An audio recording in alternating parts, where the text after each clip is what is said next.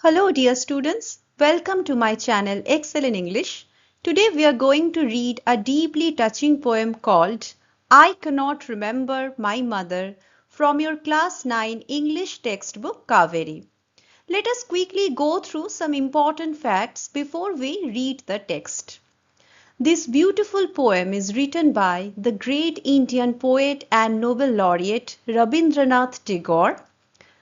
This poem was originally written in Bengali as Mone Pora, that is, remembering, for Tagore's famous children's poetry collection Shishu Bholanath. What makes this poem more special is that Tagore translated it into English himself, keeping all its sweet simplicity and deep emotion alive.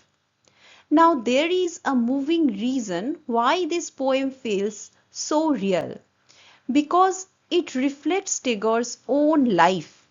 The poet lost his mother at a very young age. As a result, many of the emotions expressed in the poem are believed to come from his own experiences and memories. That brings us to the next point, that is core theme.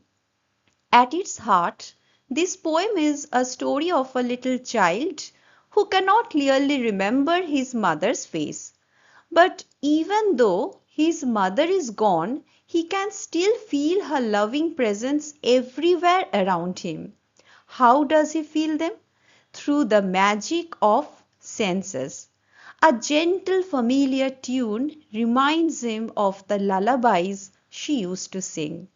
The sweet fragrance of shiuli flowers bring back memories of her affection. Even the vast blue sky seems filled with her calm and caring gaze. So, through these simple yet powerful images, Tagore shows us that a mother's love never goes away. Let's now read the poem and see for ourselves how the poet has expressed his feelings through these beautiful images of sound, scent, and sight. The poet begins with a very honest and sad confession. I cannot remember my mother. The poet tells us that he cannot remember his mother clearly because he lost her when he was very young. This line immediately creates a feeling of sadness and longing. Only sometimes in the midst of my play, a tune seems to hover over my playthings. Here midst simply means in the middle of, and hover means to float or linger gently in the air around him. Now imagine a small child sitting on the floor surrounded by his playthings or toys. Suddenly, out of nowhere, he feels a familiar sweet melody floating around his toys. He is not listening to it with his physical ears, he is feeling it in his heart. Now, where does this melody then come from? The poet explains them the tune of some song that she used to hum while rocking my cradle. To hum means to sing softly with closed lips. A cradle, it's a small bed for a baby. Rocking means moving gently back and forth. Now, so when the poet was a little baby lying in his cradle, his mother used to rock him gently to sleep while humming a beautiful lullaby. Even though the baby has now grown up and has forgotten his mother's face, that gentle tune got deeply locked inside his memories. Whenever he plays, that old lullaby comes floating back in the form of memory to comfort him. There is a beautiful auditory imagery here. The words tune and hum appeal to our sense of hearing and make us feel the gentle, soothing atmosphere of a mother's lullaby. The poet also uses alliteration in the phrase My mother, where we find repetition of M sound right at the beginning of these two adjacent words, my mother, and also in the phrase some song where the S sound is repeated. This creates a soft musical effect that matches the gentle memory of the mother's lullaby.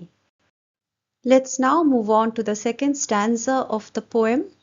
The poet repeats that line, I cannot remember my mother, but immediately his heart connects to a beautiful memory through a different sense, the sense of smell.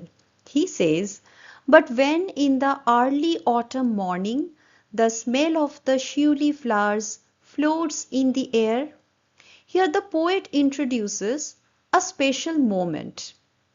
Autumn season holds a very special magical place in Bengal. You all know that it is the time of Durga Puja, the biggest festival of Bengal, which is entirely centered around welcoming the mother goddess back home. It's a season of clear blue skies, white clouds, pure joy, and the heavenly fragrance of shiuli flowers blooming everywhere.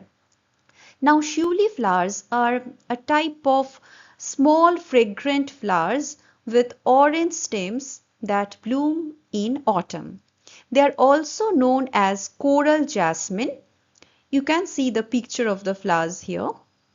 Next, the poet tells us the scent of the morning service in the temple comes to me as the scent of my mother. The morning service refers to the morning prayers and worship conducted in a temple. So the scent of the morning service actually refers to the familiar fragrance associated with the temple, the smell of flowers, incense, and other offerings used during the puja or worship. These fragrances remind the poet of his mother. Think of it. When he was a little baby, his mother probably gathered these very shiuli flowers for her early morning prayers in the temple. She would hold the baby close while praying. So, for the poet, the fresh autumn morning, the holy scent of the temple service, and the sweet fragrance of shiuli, all these are beautifully tied to one thing, the comforting, loving scent of his mother. Even though she is no longer with him now, her memory comes alive every year when autumn arrives. Now let's look at the figures of speech used in this stanza. We have a beautiful example of olfactory imagery. Phrases like the smell of shiuli flowers and the scent of the morning service in the temple, these are so descriptive that we can almost smell the crisp autumn air and the shiuli flowers around us. Next, we find alliteration in my mother as before and also in flowers floats where there is a repetition of the F sound. Now let's move to the third and the final stanza of the poem. Once again, the poet opens with that familiar line, I cannot remember my mother. Before we explain the lines, notice how this exact line has appeared at the very beginning of all the three stanzas. In poetry, a line or phrase that repeats at regular intervals is called a refrain. In this poem, Tagore uses this refrain to remind us of the central sorrow of the poem, the constant, aching truth that he cannot vividly remember his mother's face. Yet, each time the refrain repeats, it opens the door to a new, beautiful memory. This time, his memory takes him far away from sounds and scents, looking up into the vast sky above. He says, only when from my bedroom window I sent my eyes into the blue of the distant sky. The word distant means far away, and the expression I sent my eyes simply means that he looks far into the vast blue sky. So here the poet describes a quiet moment when he either stands or sits by his bedroom window and looks outside. And as he is gazing into the endless bright blue sky, a wonderful feeling comes over him. He tells us, I feel that the stillness of my mother's gaze on my face has spread all over the sky. What a lovely thought! When a mother looks at her child, her eyes are filled with a quiet, unconditional love. It's a calm, peaceful look. The poet feels the same calm, quiet, and loving look of his mother has filled the entire sky. He feels as if she is looking over him from heaven. Here, the sky becomes a symbol of the mother's endless love, a love that continues to watch over him even after her death. Now let's see the figures of speech used here. First we have the refrain.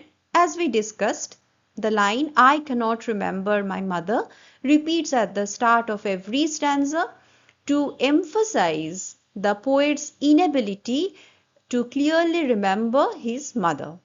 Second, we have a magnificent visual imagery, that is imagery of sight. Phrases like the blue of the distant sky and spread all over the sky create a vast, beautiful and peaceful picture in our minds. They appeal to our sense of sight. And that is how this beautiful poem comes to an end, reminding us that a mother's love never truly leaves us. Even when she is no longer with us, her love continues to live on in the music we hear, the fragrances we smell, and the beautiful world we see around us every day. If you found this video helpful, please like, share, and leave a comment below. And don't forget to subscribe for more such educational videos. Thank you for watching.